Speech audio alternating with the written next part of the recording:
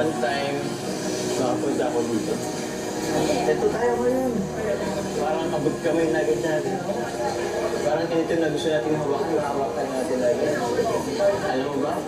Dati, pinag-close up lang kay Kuya Ramon na ano, wala lang.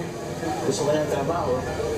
Pero ito, may bonus pang isang tulad mo. Hindi ka naman naniwala eh. Sobra-sobra. Sobra-sobra. Kaya ngayon, ito. Maraming bonus, travel, kung saan-saan, Pinas man o ibang bansa. Tapos, pagkain.